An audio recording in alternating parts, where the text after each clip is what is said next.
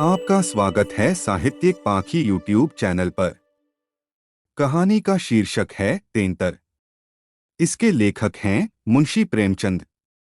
आखिर वही हुआ जिसकी आशंका थी, जिसकी चिंता में घर के सभी लोग विशेषतः प्रसूता पड़ी हुई थी।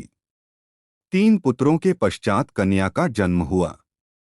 माता सौर में सूख गई, पिता बाहर आंगन में सूख गए और पिता की वृद्धा माता सौर द्वार पर सूख गईं। अनर्थ महानर्थ। भगवान ही कुशल करें तो हो। यह पुत्री नहीं राक्षसी है। इस अभागिनी को इसी घर में आना था। आना ही था तो कुछ दिन पहले क्यों न आई। भगवान 7वें शत्रु के घर भी तेंतर का जन्म न दें। पिता का नाम था पंडित दामोदर दत्त। शिक्षित आदमी थे। शिक्षा विभाग ही में नौकर भी थे। मगर इस संस्कार को कैसे मिटा देते जो परंपरा से हृदय में जमा हुआ था कि तीसरे बेटे की पीठ पर होने वाली कन्या अभागिनी होती है। या पिता को लेती या माता को, या की वृद्धा माता लगी नवजात कन्या को पानी पी पी कर कोसने, कलमुही है कलमुही। न जाने क्या करने आई है यहाँ। किसी बाज के घर जाती तो उसके दिन फिर जाते। दामोदर दत्त दिल में तो घबराए हुए थे, पर माता को समझाने लगे, अम्मा तिंतर वेतर कुछ नहीं, भगवान की जो इच्छा होती है वही होता है। ईश्वर चाहेंगे तो सब कुशल ही होगा। गाने वालियों को बुला लो, नहीं लोग कहेंगे 3 बेटे हुए तो कैसे फूली फिरती थीं, एक बेटी हो गई तो घर में कुहराम मच गया। माता, अरे बेटा तुम क्या जानो इन बातों को, मेरे सिर तो बीत चुकी है, प्राण नहों में समाया हुआ है। तेंतर ही के जन्म से तुम्हारे दादा का देहांत हुआ। तभी से तेंतर का नाम सुनते ही मेरा कलेजा कांप उठता है। दामोदर, इस कष्ट के निवारण का भी कोई उपाय होगा। माता, उपाय बताने को तो बहुत है। पंडित जी से पूछो तो कोई न कोई उपाय बता देंगे, पर इससे कुछ होता नहीं। मैंने कौन से अनुष्ठान नहीं किए, पर पंडित जी की तो मुट्ठियां गर्म हुई। यहाँ जो सिर पर पड़ना था वह पड़ ही गया। अब तके के पंडित रह गए हैं। जजमान मरे याजिए, उनकी बला से उनकी दक्षिणा मिलनी चाहिए। धीरे से, लड़की दुबली तली भी नहीं है। तीनों लड़कों से हृष्ट पुष्ट है। बड़ी बड़ी आंखें हैं, पतले पतले लाल लाल ओंठ हैं, जैसे गुलाब की पत्ती, गोरा चिट्टा रंग है, लंबी सी नाक। कलमुही नहलाते समय रोई भी नहीं, टुकुर टुकुर ताकती रही। यह सब लक्षण कुछ अच्छे थोड़े ही हैं। दामोदर दत्त के तीनों लड़के सावले थे, कुछ विशेष रूपवान भी न थे। लड़की के रूप का बखान सुनकर उनका चित्त कुछ प्रसन्न हुआ। बोले, अम्मा जी तुम भगवान का नाम लेकर गाने वालियों को बुला भेजो। गाना बजाना होने दो, भाग्य में जो कुछ है वह तो होगा ही। माता जी तो हुलसता नहीं, करूँ क्या। दामोदर, गाना न होने से कष्ट का निवारण तो होगा नहीं कि हो जाएगा। अगर इतने सस्ते जान छूटे तो न कराओ गाना। माता, बुलाए लेती हूँ बेटा, जो कुछ होना था वह तो हो गया। इतने में दाई ने सौर में से पुकार कर कहा, बहूजी कहती हैं गाना वाना कराने का काम नहीं है। माता, भला उनसे कहो चुप बैठी रहें। बाहर निकलकर मनमानी करेंगी। 12 ही दिन हैं, बहुत दिन नहीं हैं। बहुत इतराती फिरती थीं, यह न करूंगी वह न करूंगी। देवी क्या है, देवता क्या है। मर्दों की बातें सुनकर वही रट लगाने लगती थीं, तो अब चुपके से बैठती क्यों नहीं। मेमे तो तेंतर को अशुभ नहीं मानती और सब बातों में मेमों की बराबर करती हैं, तो इस बात में भी करें। यह कहकर माताजी ने नाइन को भेजा कि जाकर गाने वालियों को बुला ला, पड़ोस में भी कहती जाना। सबेरा होते ही बड़ा लड़का सोकर उठा और आंखें मलता हुआ जाकर दादी से पूछने लगा, बड़ी अम्मा कल अम्मा को क्या हुआ। माता, लड़की तो हुई है। बालक खुशी से उछलकर बोला, ओहो हो, पैजनियां पहन पहन कर छुन छुन चलेगी। जरा मुझे दिखा दो दादी जी। माता, अरे क्या सौर में जाएगा, पागल हो गया है क्या। लड़के की उत्सुकता न मानी। सौर के द्वार पर जाकर खड़ा हो गया और बोला, अम्मा जरा बच्ची को मुझे दिखा दो। दाई ने कहा, बच्ची अभी सोती है। बालक जरा दिखा दो, गोद में लेकर। दाई ने कन्या उसे दिखा दी तो वहां से दौड़ता हुआ अपने छोटे भाइयों के पास पहुंचा और उन्हें जगाकर खुशखबरी सुनाई। एक बोला, नन्ही सी होगी। बड़ा, बिल्कुल नन्ही सी, बस जैसी बड़ी गुड़िया। ऐसी गोरी है कि क्या किसी साहब की लड़की होगी। यह लड़की मैं लूंगा। सबसे छोटा बोला, हमको भी दिखा दो। तीनों मिलकर लड़की को देखने आए और वहां से बगले बजाते उछलते कूदते बाहर आए। बड़ा, देखा कैसी है। मंझला कैसे आंखें बंद किए पड़ी थी। छोटा, इसे हमें तो देना। बड़ा, खूब द्वार पर बारात आएगी, हाथी घोड़े बाजे आतिशबाजी। मंझला और छोटा ऐसे मग्न हो रहे थे मानो वह मनोहर दृश्य आंखों के सामने है। उनके सरल नेत्र मनोल्लास से चमक रहे थे। मंझला बोला, फुलवारियां भी होंगी। छोटा, हम भी पूल लेंगे। छठी भी हुई, बरही भी हुई, गाना बजाना, खाना खिलाना, देना दिलाना सब कुछ हुआ, पर रस्म पूरी करने के लिए, दिल से नहीं, खुशी से नहीं। लड़की दिन दिन दुर्बल और अस्वस्थ होती जाती थी। माँ उसे दोनों वक्त अफीम खिला देती और बालिका दिन और रात नशे में बेहोश पड़ी रहती। जरा भी नशा उतरता तो भूख से विकल होकर रोने लगती। माँ कुछ ऊपरी दूध पिलाकर अफीम खिला देती। आश्चर्य की बात तो यह थी कि अब की उसकी छाती में दूध ही नहीं उतरा। यूं भी उसे दूध देर से उतरता था, पर लड़कों की बेर उसे नाना प्रकार की दूधवर्धक औषधियां खिलाई जाती, बार बार शिशु को छाती से लगाया जाता, यहाँ तक कि दूध उतर ही आता था। पर अब की यह आयोजनाएं न की गईं। फूल सी बच्ची कुम्हलाती जाती थी। माँ तो कभी उसकी ओर ताकती भी न थी। हाँ, नाइन कभी चुटकियां बजाकर चुमकारती तो शिशु के मुख पर ऐसी दयनीय, ऐसी करुण वेदना अंकित दिखाई देती कि वह आंखें पोंछती हुई चली जाती थी। बहू से कुछ कहने सुनने का साहस न पड़ता। बड़ा लड़का सिद्धू बार बार कहता, अम्मा बच्ची को दो बाहर से खेला लाऊं। पर माँ उसे झिड़क देती थी। 3-4 महीने हो गए।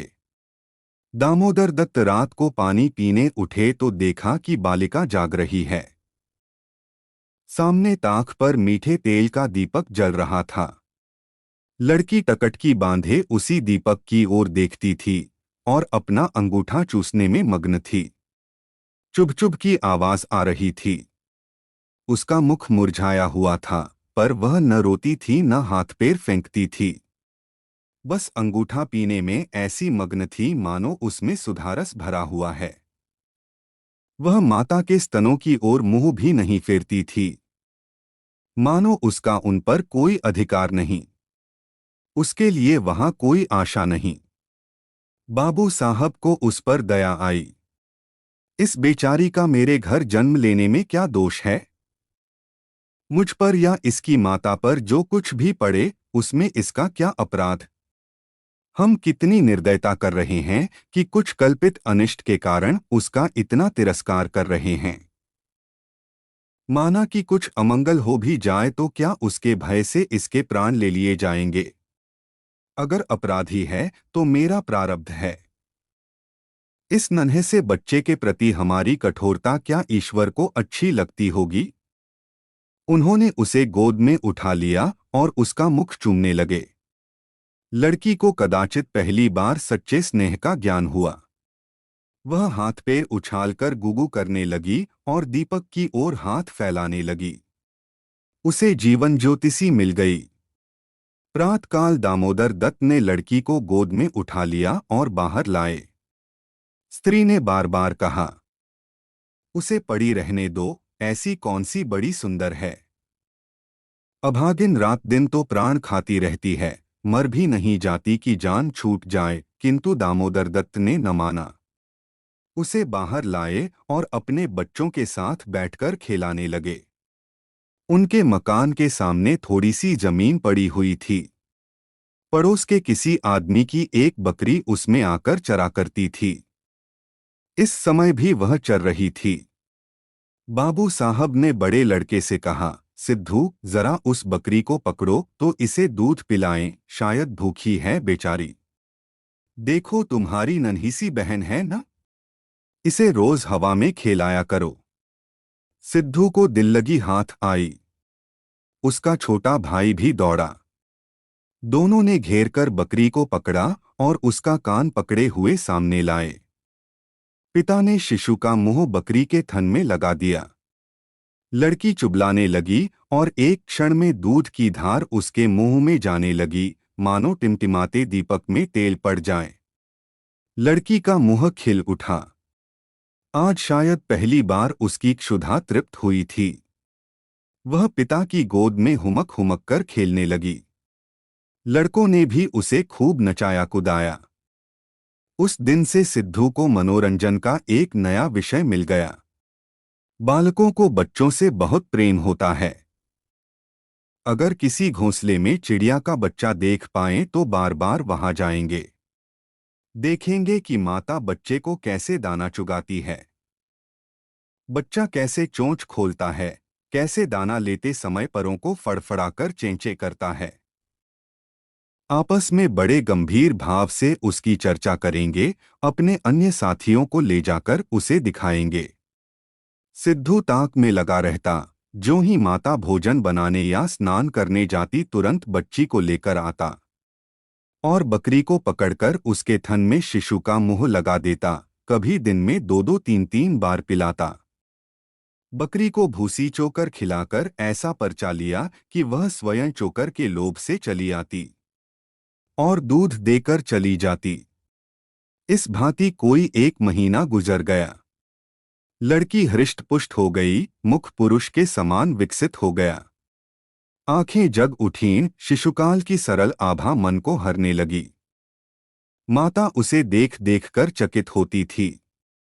किसी से कुछ कह तो न सकती, पर दिल में उसे आशंका होती कि अब वह मरने को नहीं, हम ही लोगों के सिर जाएगी। कदाचित ईश्वर इसकी रक्षा कर रहे हैं, जभी तो दिन दिन निखरती आती है। नहीं, अब तक ईश्वर के घर पहुंच गई होती। मगर दादी माता से कहीं ज्यादा चिंतित थी। उसे भ्रम होने लगा कि वह बच्ची को खूब दूध पिला रही है, सांप को पाल रही है। शिशु की ओर आंख उठाकर भी न देखती। यहां तक कि एक दिन कह बैठी, लड़की का बड़ा छोह करती हो। हाँ भाई, माँ हो कि नहीं, तुम न छो करोगी तो करेगा कौन। अम्मां जी, ईश्वर जानते हैं जो मैं इसे दूध पिलाती हो, अरे तो मैं मना थोड़े ही करती हूँ। मुझे क्या गरज पड़ी है कि मुफ्त में अपने ऊपर पाप लूं, कुछ मेरे सिर तो जाएगी नहीं। अब आपको विश्वास ही न आए तो कोई क्या करे, मुझे पागल समझती हो, वह हवा पी पी कर ऐसी हो रही है। भगवान जाने अम्मा, मुझे तो आप अचरज होता है। बहू ने बहुत निर्दोषिता जताई, किंतु वृद्धा सास को विश्वास न आया। उसने समझा, यह मेरी शंका को निर्मूल समझती है। मानो मुझे इस बच्ची से कोई बैर है। उसके मन में यह भाव अंकुरित होने लगा कि इसे कुछ हो जाए तब यह समझे कि मैं झूठ नहीं कहती थी। वह जिन प्राणियों को अपने प्राणों से भी प्रिय समझती थी, उन्हीं लोगों की अमंगल कामना करने लगी, केवल इसलिए कि मेरी शंकाएं सत्य हो जाएं। वह यह तो नहीं चाहती थी कि कोई मर जाए, पर इतना अवश्य चाहती थी कि किसी बहाने से मैं चेता दूं कि देखा, तुमने मेरा कहा न माना, यह उसी का फल है। उधर सास की ओर से ज्यों-ज्यों यह द्वेषभाव प्रकट होता था, बहू का कन्या के प्रति स्नेह बढ़ता था। ईश्वर से मनाती रहती थी कि किसी भांति 1 साल कुशल से कट जाता तो इनसे पूछती। कुछ लड़की का भोला भाला चेहरा, कुछ अपने पति का प्रेम वात्सल्य देखकर भी उसे प्रोत्साहन मिलता था। विचित्र दशा हो रही थी, न दिल खोलकर प्यार ही कर सकती थी, न संपूर्ण रीति से निर्दय होते ही बनता था। न हंसते बनता था न रोते। इस भांति 2 महीने गुजर गए और कोई अनिष्ट न हुआ। तब तो वृद्धा सास के पेट में चूहे दौड़ने लगे। बहू को 2-4 दिन ज्वर भी नहीं आ जाता कि मेरी शंका की मर्यादा रह जाए। पुत्र भी किसी दिन पैरगाड़ी पर से नहीं गिर पड़ता। न बहू के मैके ही से किसी के स्वर्गवास की सुनावनी आती है। एक दिन दामोदर दत्त ने खुले तौर पर कह भी दिया कि अम्मा, यह सब ढकोसला है। तेंतर लड़कियां क्या दुनिया में होती नहीं तो सबके सब माँ बाप मर ही जाते हैं। अंत में उसने अपनी शंकाओं को यथार्थ सिद्ध करने की एक तरकीब सोच निकाली। एक दिन दामोदर दत्त स्कूल से आए तो देखा कि अम्मांजी खाट पर अचेत पड़ी हुई हैं। स्त्री अंगीठी में आग रखे उनकी छाती सेंक रही है और कोठरी के द्वार और खिड़कियां बंद हैं। घबराकर कहा, अम्मा जी, क्या दशा है?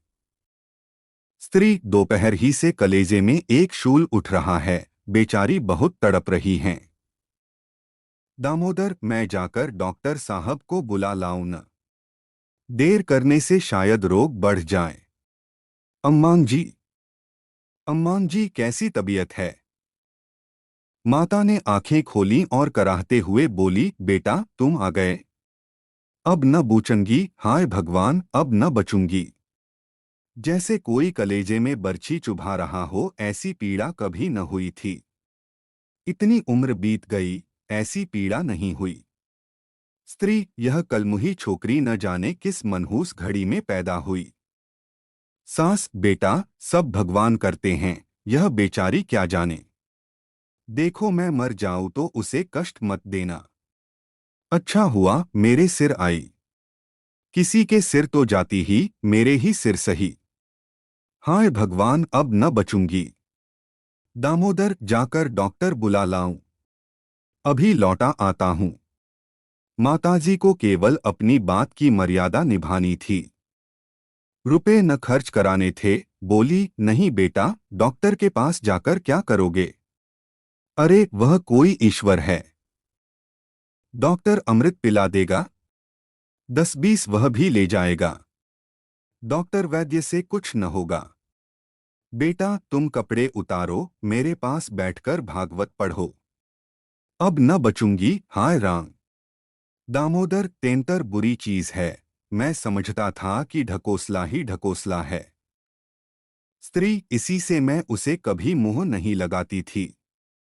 माता, बेटा बच्चों को आराम से रखना, भगवान तुम लोगों को सुखी रखे।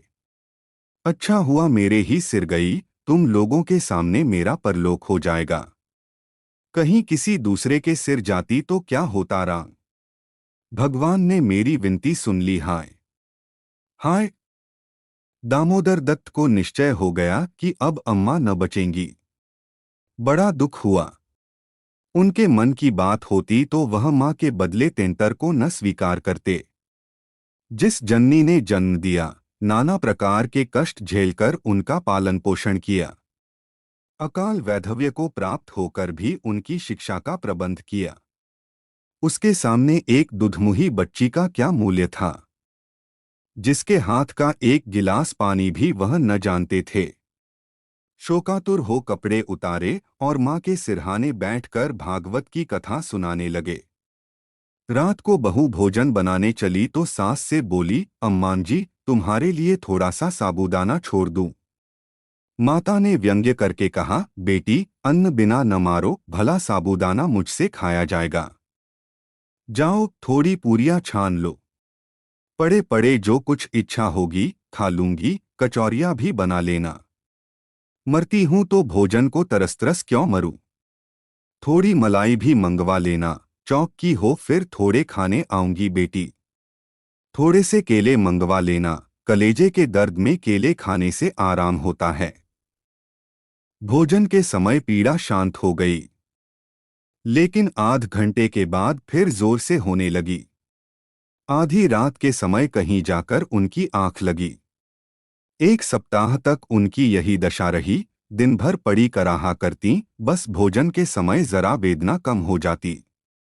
दामोदर दत्त सिरहाने बैठे पंखा झलते और मातृवियोग के आगत शोक से रोते। घर की महरी ने महल्ले भर में यह खबर फैला दी। पड़ोसिनें देखने आईं तो सारा इल्जाम बालिका के सिर गया।